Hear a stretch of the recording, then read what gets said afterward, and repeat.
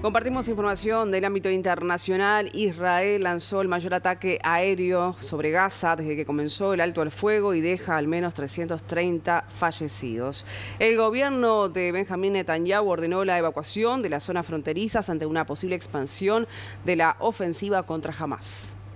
El portavoz en árabe del ejército israelí, coronel Avichai Adri, advirtió que quienes permanezcan en zonas fronterizas de Gaza ponen en riesgo sus vidas y las de sus familias. Este martes, las fuerzas de defensa de Israel, las FDI, reanudaron los ataques contra Hamás en la franja de Gaza después de que la organización extremista rechazara propuestas de los mediadores para avanzar en un alto el fuego, lo que supone la ruptura de la tregua que alcanzaba su día número 28. Al menos 330 personas murieron en la franja de Gaza después de que el ejército israelí reanudara los bombardeos luego de casi 2 meses sin ataques. Además, hay cientos de heridos en condiciones críticas. Las FDI afirmaron que están atacando lo que denominaron objetivos terroristas pertenecientes a Hamás. Desde Gaza se aseguró que no hubo ninguna advertencia ni orden de evacuación previo a los ataques. Los bombardeos israelíes mataron al jefe del gobierno de Hamás en la franja de Gaza, Issam al-Dalis, según anunció el movimiento islamista. En los ataques también murieron otros dirigentes del gobierno gazatí, entre ellos el viceministro del Interior, Mohammad Abu Wadfa, y el director general de los servicios de seguridad, Bahad Abu Sultan. Hamás rechazó los ataques, así como las declaraciones de Israel acusándolo de traición al haber anulado el acuerdo de alto el fuego, y añadió que con sus acciones el gobierno israelí está poniendo a los rehenes en un futuro incierto. Sin embargo, no declaró que vaya a continuar con el enfrentamiento armado y llamó a los mediadores y a la ONU a que intervengan. Mientras, las familias de los rehenes que están cautivos en Gaza emitió un comunicado acusando al gobierno israelí de haber tomado la decisión de renunciar a la liberación de los rehenes. Señalan que las operaciones militares ponen en riesgo la vida de 59 rehenes y reduce las posibilidades de su retorno. De los 59, solo 24 se cree que siguen con vida.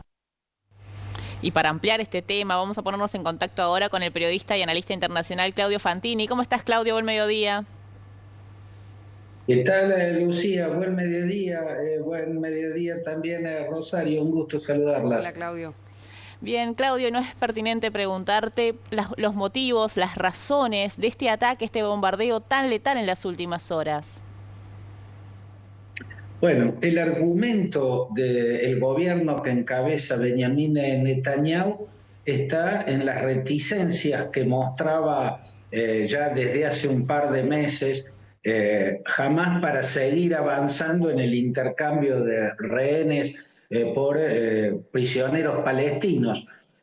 Los rechazos de Hamás a las últimas propuestas realizadas por los interlocutores israelíes hicieron la justificación que argumenta Netanyahu para esta ola de bombardeos verdaderamente abrumadoras.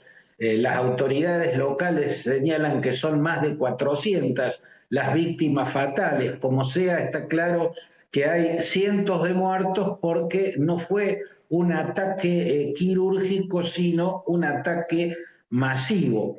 La argumentación del gobierno es la que recién señalé, pero en Israel hay gigantescas dudas al respecto porque hay una convicción también muy extendida, sobre todo en las fuerzas políticas de centro y en la porción de la sociedad israelí que no comulga ideológicamente ni con el conservadurismo que le imprimió al Likud y al gobierno Netanyahu, ni mucho menos todavía con las fuerzas ultra fundamentalistas y ultra conservadoras que lo acompañan en este gobierno, en la coalición.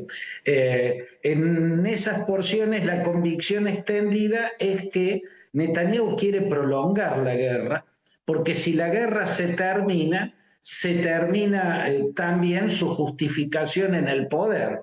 Teóricamente parece estar claro que si la guerra terminase mañana, empezaría el tiempo de descuento de Netanyahu en el poder, porque tendría que sentarse en el banquillo de los acusados a responder por causas judiciales vinculadas a hechos de corrupción y también por lo que fue el 7 de octubre del 2023, el día de aquel sanguinario pogromo lanzado en los kibbutzim y en las moshavim, en las aldeas agrícolas que están en el sur de Israel, cerca de la frontera con Gaza. Eso ha dejado gigantescas dudas, y esas dudas, Rosario y Lucía, se agigantan en estos días porque Netanyahu ha estado presionando por la destitución del jefe del Shin Bet.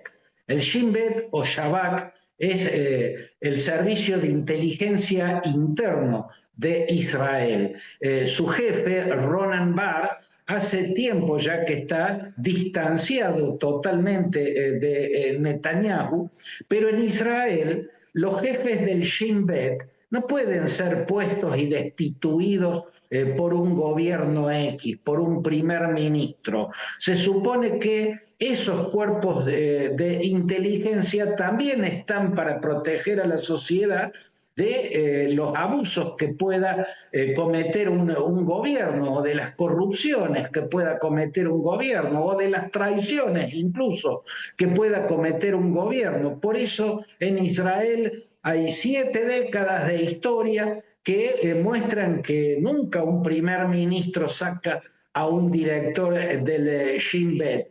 En el marco de esa discusión aparecen el caso Qatar Gate, como se lo llama. El Shin Bet, bajo el liderazgo de Ronen Bar, está investigando los sobornos que le dio el Emirato de Qatar a 2 asesores de Netanyahu, ¿no? Primero, esos sobornos millonarios fueron para que el gobierno israelí colaborara con dar una buena imagen de Qatar ante el mundo en las vísperas del Campeonato Mundial de Fútbol. Y seguidamente esos sobornos habrían seguido, y de acuerdo a Ronen Bar y a la autocrítica que hizo el Shin Bet, que se autoinvestigó por el pogromo sanguinario de aquel 7 de octubre,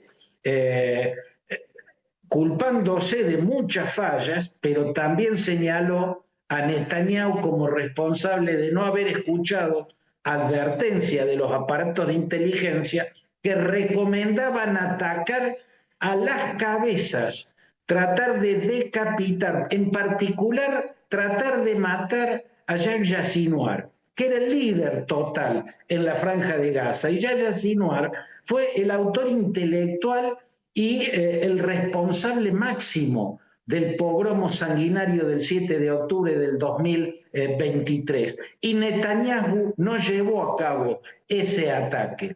Todos estos hechos son los que van a agigantar en las próximas horas las sospechas de que tal vez detrás de este ataque lo que busca Benjamin Netanyahu es eludir el debate en cuestión, un debate que tiene que ver con las sospechas del Shin Bet respecto a su actuación en lo referido a aquel 7 de octubre y respecto a si verdaderamente tiene voluntad de ponerle fin a esta guerra y conseguir la liberación de la totalidad de los rehenes que aún estén vivos, o lo que hace es tirar la pelota fuera de la cancha para ganar tiempo y seguir atrincherado en el poder.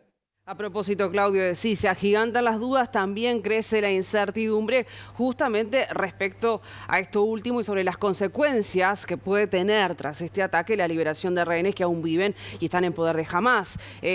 ¿Tus expectativas cuáles son al respecto con este escenario? Esa es una cuestión clave, Rosario, y la verdad es que un análisis objetivo de la situación nos lleva a ver que nada garantiza una pronta salida de los rehenes. Incluso si no se hubiera lanzado este bombardeo masivo,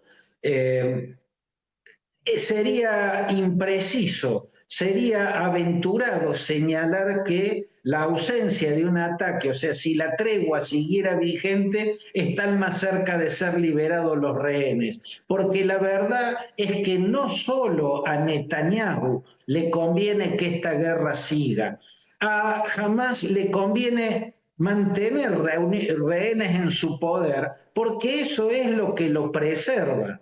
Sin los rehenes se queda sin el escudo que le pone algún tipo de freno a la ofensiva israelí. Por lo tanto, con este bombardeo masivo o sin él, es muy difícil saber qué va a pasar con los rehenes que aún no han sido liberados, porque ni a Netanyahu ni a Hamás le conviene que ya no haya rehenes encarcelados en los túneles. Bien, Claudio. Te agradecemos por este contacto. Por supuesto que seguimos de cerca lo que acontece en Medio Oriente, como siempre, porque la historia parece no tener fin. Sin dudas. Abrazo, Rosario, abrazo, Lucía. Hasta cualquier momento.